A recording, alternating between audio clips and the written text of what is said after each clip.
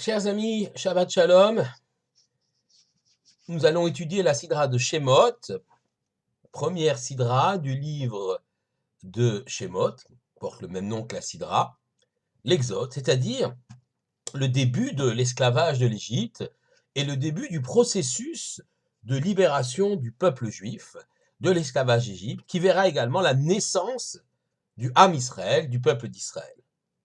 Shemot, Shemot, cela veut dire les noms. Et les Shemot Béné Israël, voici les noms des Béné Israël qui sont venus en Égypte. Ainsi s'ouvre cette sidra, nommée précisément Shemot, les noms. C'est aussi le nom octroyé, comme nous l'avons dit, au deuxième livre de la Torah. Les traductions des titres des livres du Pentateuque, du Chumash, des 5 livres de la Torah, ne sont pas fidèles au terme hébraïque. En effet, le deuxième tome est renommé dans sa traduction Exode. Ce vocable relate bien les événements majeurs de ce livre, mais il fait l'impasse sur la dimension du nom. Shemot, ce sont les noms. Le texte original en hébreu, lui, se focalise sur ce nom. Et quelle est donc, finalement, l'importance de ces noms? Tout d'abord, la Torah prend soin d'énumérer les noms de tous les descendants du patriarche Yaakov qui arrive en Égypte. Le mot Shemot, nom, est précédé du mot ve'ele, et voici, ve et les voici. Ce et, le ve en hébreu, marque une continuité avec l'histoire des patriarches du livre de la Genèse. Nous avons en effet débuté la Torah par tout le récit des patriarches de la Genèse. Parce que, effectivement, leur vie est peut-être plus édifiante que l'énumération de lois. Et donc il fallait d'abord, bien sûr, énumérer, expliquer nos origines, mais aussi voir vivre ces grands, ces géants, ces ancêtres, pour nous en inspirer. Et puis arrive donc le livre de Shemot. Et il y a donc un vav qui relie la première sidra du deuxième livre de la Torah, la sidra de Shemot, à la fin du livre de Bereshit. C'est inhabituel, avoir un vav qui commence un livre et, conjonction et commence un livre. Rav Shimshon Raphaël Hirsch explique alors qu'effectivement, chaque fils de Yaakov va édifier son foyer en tant que rameau du foyer paternel. Chaque père alors, fils devenant lui-même un père, va se perpétuer dans ses enfants et ses petits-enfants. Cette union des générations entre le patriarche Yaakov, ses enfants, ses petits-enfants et toutes les générations à venir constitue un lien très très fort. Un lien entre les patriarches du livre de la Genèse et les Hébreux du livre de Shemot. Un lien qui est le secret de la pérennité du peuple juif. En effet, parce qu'il n'y a pas de rupture au sein de ce peuple, alors il y a possibilité de poursuivre l'histoire. Le Midrash Rabbah affirme que les Hébreux furent délivrés d'Égypte car ils n'ont pas changé 3 choses. Leur nom, Shemot, leur langue, le Shonam, et leurs habits. L'exil en Égypte débute avec l'arrivée de Yaakov et des 70 membres de sa famille en Égypte. Installés par le vice-roi Yosef, dans la province de Goshen, ils se tiennent éloignés de la société égyptienne. Puis, après la mort de Yaakov, ils se laissent peu à peu pénétrer par la culture dominante. Pensant être intégrés, ils seront brutalement réduits en esclavage. Leurs tortionnaires les considèrent comme une menace et veulent réduire leur nombre. L'esclavage, le dur traitement, est une forme atténuée, si on peut dire, de génocide. Le génocide viendra avec l'exécution, la noyade, des nourrissons mâles. Mais ils ne veulent pas exterminer totalement le peuple juif, car il lui est bien utile. Ils veulent aussi des esclaves dociles, corvéables à merci. Pour cela, pour avoir des esclaves dociles et corvéables à merci, il faut effacer toute capacité de réflexion et tout espoir. Il faut vider les esprits des Hébreux de leur substance, leur arracher leur identité. Et pourtant, les béné Israël, les enfants d'Israël, s'accrochent véritablement à ces trois piliers de cette identité: le nom, la langue et la vie. Reprenons ces trois éléments constitutifs de l'identité d'Israël et qui va quelque part préserver cette essence, cette identité, même lorsqu'ils seront esclaves et même 210 ans après l'arrivée de Yaakov en Égypte, eh bien, lorsque Moshe prendra le relais pour sortir ce peuple, il y aura un peuple à sauver. Trois choses que je disais: l'habit, le nom, la langue. L'habit. L'habit nous définit vis-à-vis d'autrui. Certes, ce n'est qu'une enveloppe extérieure, mais il exprime, l'affirmation d'une identité, d'une conviction. La façon dont on s'habille envoie un message à l'extérieur. Il y a des habits proprement, qui marquent l'identité d'Israël. Par exemple, le port du talit katan, ce petit vêtement carré que l'on porte avec fil et tzitziot qui nous rappellent les mitzvot, est l'instrument de nos devoirs religieux.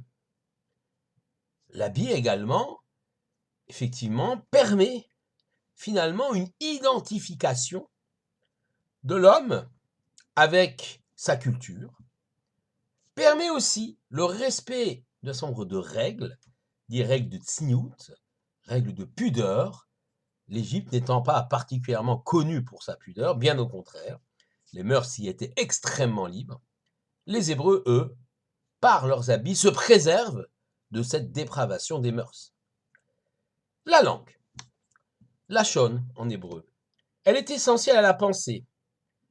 Essayons de réfléchir. Comment nous pensons? Comment nous réfléchissons? Avec des mots, avec des concepts, un peu avec des images, certes, mais même sur ces images, on met des mots. Les structures la langue, est essentielle à la pensée. Chacun réfléchit avec ses mots.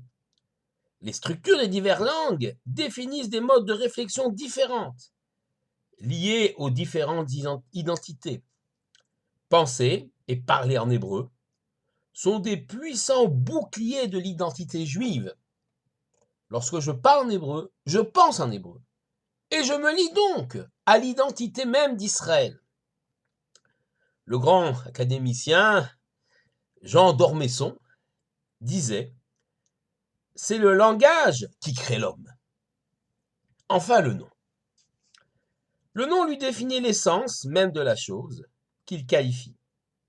En effet, Rav Yosef Shlomo Zevin, dans son ouvrage La Torah la Moadim, explique que lorsqu'on donne un nom aux choses, aux êtres vivants, et à plus forte raison à l'homme, eh bien, quelque part, on va le définir, on va le qualifier. Il n'est pas anodin de donner un nom, par exemple, à un petit garçon au moment de la Brit Mila. On donne le nom d'un ancêtre disparu ou, chez les Saradim, vivant encore. Pourquoi?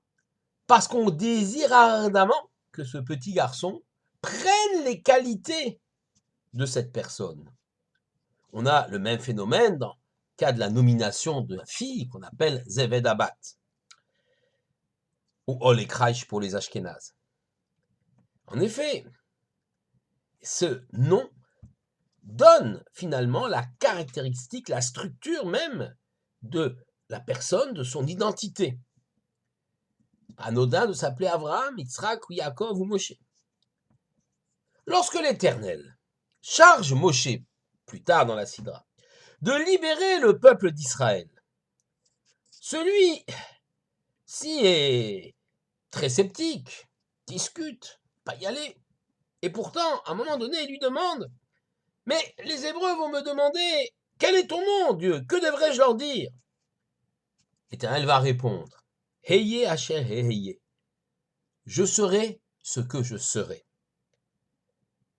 En effet, Dieu l'Éternel ne peut pas être défini dans son essence. Il n'a pas donc de nom véritable connu par les hommes. Personne ne peut définir, ne peut savoir qui est Dieu véritablement, quelle est son essence. Seule est perceptible la présence de Dieu. Juste, les tzadikim, ceux qui s'élèvent spirituellement, pressentent sa présence. Certains font cette expérience au moment de la tfila peut-être, ou dans des endroits particuliers comme le Kotel Amaravi, le mur de l'Ouest. Donc on ressent la présence divine. Et donc le nom que Hachem, l'Éternel, donne à Moshe, qui veut transmettre au Bnei Israël, est Heye Asher. La présence de Dieu est là. Et il a été, il est et il sera. Je serai ce que je serai, qu'on peut interpréter par il a été, il est et il sera, il est éternel.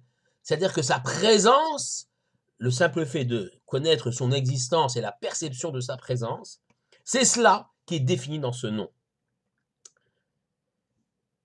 Évidemment, ce nom-là est un peu difficile car un autre commentaire, celui de Rashi, nous dit « Je serai dans cette chiboud-là, dans cet esclavage-là, comme je serai avec les bénis Israël dans les autres asservissements à venir. » Et là, Moshe lui dit « Ah non, attention, là, ils ont déjà du mal à émerger de cette situation extrêmement difficile et extrêmement délicate. Ils sont déjà très très malheureux, tu ne vas pas leur annoncer qu'il y aura d'autres asservissements à venir. » Alors, Hachem lui dit « Ok, d'accord, pas ayez Hachem, mais juste ayez, je serai. » Toujours cette idée qu'on ne peut pas définir Dieu par son essence, mais essentiellement par sa présence. Il est, il existe, il est là, et on ne peut faire sans lui. Revenons au Bnei Israël et au nom des Hébreux. L'Égypte est puissante, elle les a servis, elle a servi leur corps pour qu'ils travaillent, pour réduire aussi leur nombre, on l'a dit, une sorte de forme de génocide, mais aussi elle tente, elle veut asservir leurs âmes. Elle veut, en effet, par le tourment les Égyptiens infligent aux captifs juifs, cette incapacité de réfléchir lorsqu'on est martyrisé dans son corps, on souffre. La pensée alors devient difficile. Mais en vérité, malgré tout ce déploiement de tourments et de souffrances que l'Égypte inflige aux Hébreux, l'Égypte ne peut pénétrer leurs esprits et leurs âmes, car ils ont gardé leur Shemot, leur nom hébraïque. Ils préservent leur identité, ils préservent leur être. Le nom est comme une carapace qui protège l'hébreu de cette tentative d'asservissement même des esprits. À chaque génération, un péril se présente. Les Juifs, fidèles aux générations précédentes et à leur Créateur, font fi de ce péril et transmettent à leur tour à leurs enfants leur identité pour que jamais ne s'arrête l'histoire d'Israël. Shabbat Shalom à tous.